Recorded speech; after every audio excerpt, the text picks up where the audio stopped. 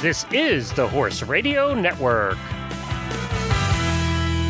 This is episode 679 of Horse Tip Daily. A different horse tip, a different equine topic, a different equestrian expert every day. Horse Tip Daily brings the world of equine knowledge to you, one day at a time. Today's tip is brought to you by Amazon.com.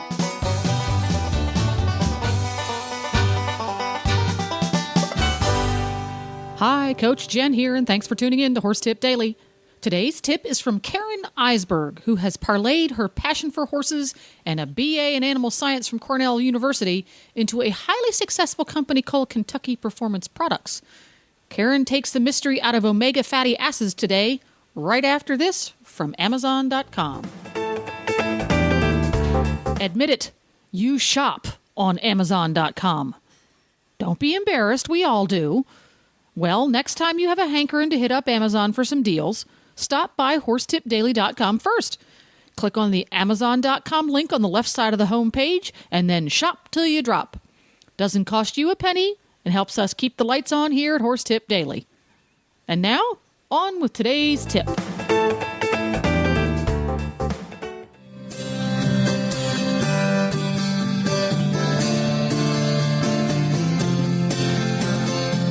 Hi, Glenn the Geek here from the Horse Radio Network, and I'm here with Karen from Kentucky Performance Products with a sensible supplementing tip of the week. We're going to talk about omega fatty acids' role in equine nutrition. So, Karen, everybody hears about omega fatty acids, but a lot of us, we hear about it and then it sort of goes out of our brain and we don't really absorb what they are or why they're important. Right, and Glenn, I think it's just very confusing to a lot of people, and mainly because there's so many of them and they have so many odd names. So I think the easiest thing is to just try to simplify it as much as I can for you. Omega fatty acids are considered essential fatty acids. And what that means is they are fatty acids that are required for a biological purpose in the horse. In other words, they're not just used for fuel or energy, but they actually have a purpose. And they are considered essential because the horse cannot manufacture them on their own. We have to provide them in the diet. And because of the way we manage horses nowadays, we've kind of moved away from managing horses just with a fiber source. In other words, it used to be horses just, grazed all day out on pasture and different grasses. They got a little bit of grain now and then, maybe at the end of the growing season, but for the most part, they're eating grass. And grass is very high in omegas, in the good omegas for horses. So there's two kinds of omega fatty acids. There's omega-3 fatty acids and omega-6 fatty acids. And horses need both, but they need them in the correct ratio. And if you look at the ratio of omega-3s to omega-6 in different feedstuffs, if we look at grasses, we see that grass has 5 parts omega-3 to 1 part omega-6. And since grass is really what horses would eat naturally, that leads us to believe that the ratio for omega-3s to omega-6 in a horse in nature would be more omega-3s than omega-6s.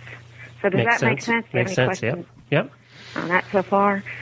So what we're looking at is we don't really know. The researchers have not determined what the exact perfect ratio of omega-3s to omega-6s in horses, but we know that they need more omega-3s than 6s.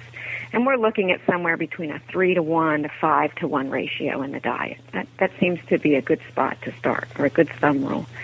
Unfortunately, because we've changed the way we manage horses over the years, we feed hay and we feed grain, and that has inverted the ratio. In other words, most of our horses are getting more omega-6s than they are omega-3s.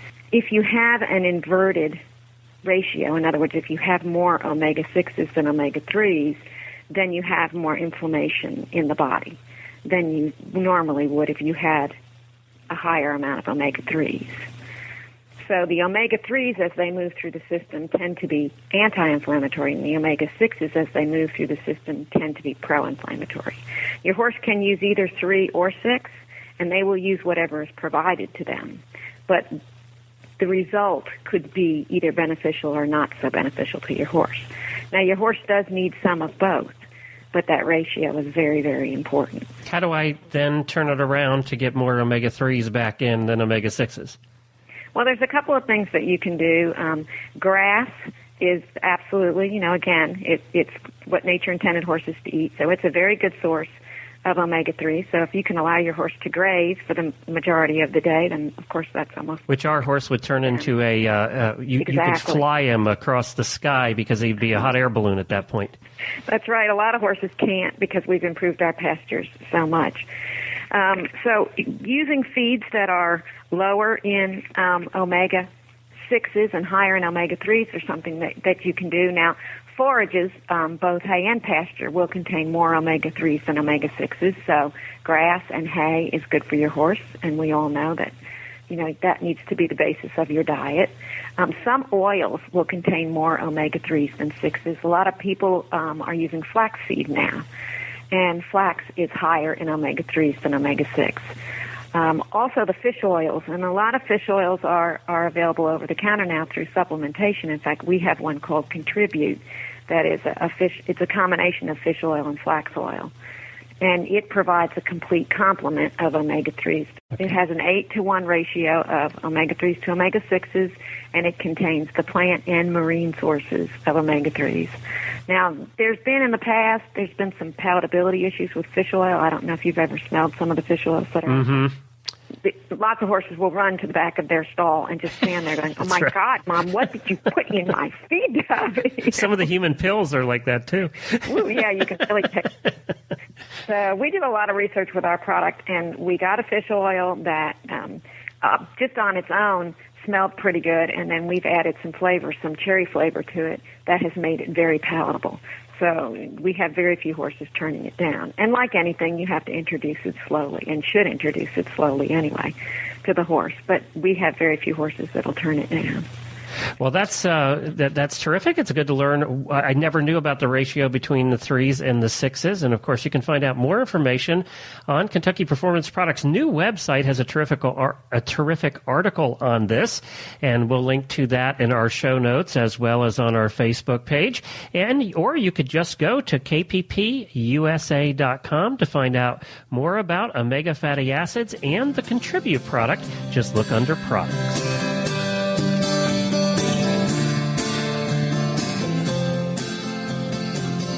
Well, there you go. I told you she would take the mystery out of it. Don't forget to support our sponsors here on Horse Tip Daily because they make these podcasts possible. Today's podcast has been brought to you by Amazon.com. The next time you have a hankering to hit up Amazon for some deals, stop by Horse Tip Daily first. Click on the Amazon logo on the left side of the page and then shop till you drop. Doesn't cost you a nickel and helps us keep the lights on here at Horse Tip Daily. Please stop by the Horse Tip Daily Facebook page and let us know what you think of the tips you hear on the show. It's also a great place to tell us about topics you'd like to hear us cover on the show. You can subscribe to all the great shows on the Horse Radio Network through iTunes or Zune and get your horse podcasts automatically downloaded to your iPod, Zune, or MP3 player. You can also listen to the shows right on Facebook. The player's right there every day.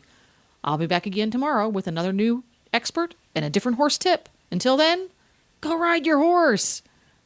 The Horse Radio Network and the Horse Radio Network hosts are not responsible for statements of guests or their opinions. Use your own judgment when listening to the tips provided by the experts on Horse Tip Daily.